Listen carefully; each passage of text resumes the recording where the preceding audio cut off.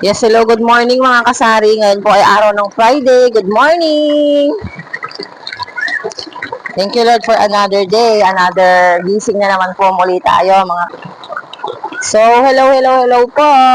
Kamusta po ang lahat? Shout out po sa mga estudyante natin. Dito po sa Bataan ay ayun na nga po, sila na nga po ang pasok ng mga bata dahil gawa nga po nitong ating bagyong Krising guys. Ngayon sa mga oras po na to ay walang pasok pero maaga pa rin po natin guys na pinilit na makapaglabas ng paninda guys. Kung naririnig nyo po, mas malakas pa po yung buhos ng ulan sa boses natin guys yan. At dahil nga po araw ng Friday ngayon ay kinakailangan nga po talaga natin na mas maging maaga kahit na walang pasok ang mga estudyante. Magbukas pa rin tayo ng maaga. Dahil Friday nga po ngayon mga kasari, alam naman po natin, nabanggit ko na po sa, sa nakaraang vlog namin na pag every Friday guys hanggang alas 5 lang po kami dahil ito po ay sundown na, ito po ay Sabat na sa amin. And pag Sabado naman po ay close tayo guys sa buong Sabado po. Hindi po tayo nagbebenta. Ayan guys, at sinasabihan nga po natin ng mga mamimili natin na kung may bibilin po sila tuwing araw ng Sabat ay pwede po silang manguha ngunit kinabukasan na lang o ililista muna or kung kailangan po talaga kinabukasan na lang bayaran or sa sundown ng Sabado guys. Ayan na guys, umuulan na nga, ayan na. Maglabas tayo ng itlog at saka hotdog guys kasi may mga bibili ito. Alam niyo naman pag almusal yan, mabenta po ang ating hotdog at saka ang ating itlog. Yan po mga kasari. At habang tayo nga po guys ay naghihintay ng ating mga customer, magligpit-ligpit muna tayo at habang tayo nga po ay magkape po tayo guys. Masarap pagkape pag gantong maulan guys. Yes. Sa isang araw guys, hulaan nyo kung nakakailang tasang kape po ang inyong kasari. Masarap magkape guys pag ganitong maulan yan. Nagkakape po ako pero dark coffee lang guys ang kinakape ko at konti lang ang asukal. Ayoko po ng sobrang tamis na kape. Ayan na nga guys, unti-unti na pong lumiliwanag at kung naririnig niyo po ang huni talaga ng mga guys. Yan, ang mga tiktilaok ng manok dito sa amin. Kasi marami pong mga ganyan dito manok, yan, aso guys, yan. At mapuno din sa ating lugar. So update ko na lang po kayo sa mga kaganapan buong hapon guys. Keep safe everyone. Stay tuned po guys. Hello guys, welcome back to our vlog guys. So, malapit na uling magtanghali guys. It's 11:52 in the morning. Yan, at nagpabili nga po tayo kay Mr. ng ilan uli guys na kailangan na nating ipabili. Guys, huling lang po tayo ng mga pinamili ni Mr. Pakita ko lang po sa inyo kung ano-ano yung mga pinamili. Nagpadala po ako sa kanya ng 700 at ang pagbayaran niya po ay 662.36 guys. Yung mga main basic po ang pinamili natin sa ngayong araw. So nagdagdag po ulit tayo ng Lucky Me gift, 5 peraso. And then guys, ito po ang bentahan ko po dito 12 pesos guys. Halos 12 pesos po ang bentahan natin ng Lucky ng tao guys. Ito po chicken Lucky Me. 5 tag 5 lang guys kasi meron pa naman tayo. Wait lang po, may dadaan.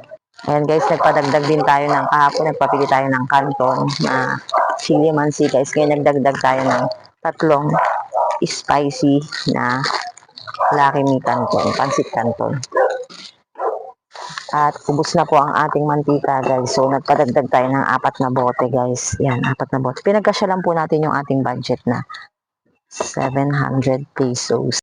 So nagpabili din nga po pala tayo ng kasi kahapon po nagpabili na rin ako ng 3 Great Taste. Wala po nung Great Taste na pula. So yung nakuha niya yung strong, yung kulay itim. Ngayon nagpabili po ako ng 3 uli guys. Nag-i-stock tayo. So may 6 na tayo na kape. Nag-i-stock tayo nito guys kasi ngayong malamig. Marami pong masarap magkape guys. Yan. Marami naghahanap. And stock ulit tayo guys ng asukal. 3 peraso ulit. Yan. And then, sa dilata naman guys, ilan lang to guys? Yung agad natin, preska, yan guys. 5 perasong sardinas kasi 2 na lang po yung stock natin. 5 perasong sardinas, yan. Fresca po ang binibili kong sardines dito sa lugar namin. Dito po, hindi po ako nag-aano ng ibang sardinas muna. So, Fresca lang po ang aming sardines, guys. Red and green. Yan. Yan lang po binibenta ko muna sardines. Hindi po ako masyado nag-aano ng iba kasi nga po, pansin ko lang po hindi ganun ka-ano yung mga sardinas ngayon. Kasi nga po pumapantay na, lalo na yung ibang, ano guys, pumapantay na siya sa ibang brand. Katulad nito, yung 20, pag binenta ko po yung Lucky 7. So, nagdagdag din po ako ng corn beef guys kasi tatatlo na lang yung corn beef natin. Ang binibenta ko lang po na corn beef dito, corn beef po, ito, Lucky 7 guys. Nagdagdag po ako ng dalawang peraso. Yan.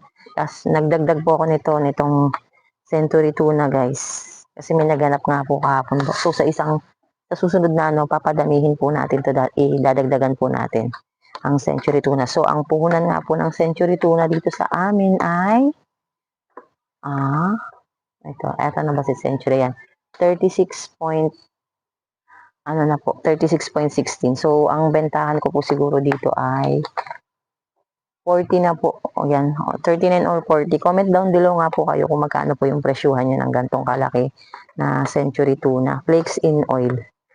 Guys, parang nabura ata yung ano niya guys. Yung kanyang gram. Yan, 155 grams guys. Yan. Ang last po natin ay itong si Spanish guys, si 555. Yan. So masarap nga po ito guys. Mas gusto ko tong plain kaysa sa may hot and spicy guys. Mas mas bet ko po yung ganito. Kasi natikman ko na to guys. So dito po ako kay yung sa Spanish sardines na plain. Ito may papli po siya. Pwede nating ibenta or pwede nating for uses. Pero ako po usually talaga pag mga ganito, ina-add ko po dito sa tindahan yan. Tapos ito pong ating missing. So ang puhunan po nito ay 57 guys. 57 guys. Disclaimer nga po sa ating presyuhan. Ito po ay ang aking presyuhan dito sa aming lugar yan. Guys, salamat muli sa inyong panonood guys. Huwag po kayong magsasawa kasi paulit-ulit lang ang ating vlog yan. Thank you po. And yan, dahil nga po maulan, mag-ingat po tayong lahat guys. So nawa po ay maging maayos ang araw ng Friday natin. Keep safe everyone and God bless us all and happy selling po sa lahat. Hanggang dito na lang po muli and see you on my next vlog guys. Thank you po sa panonood. Bye po.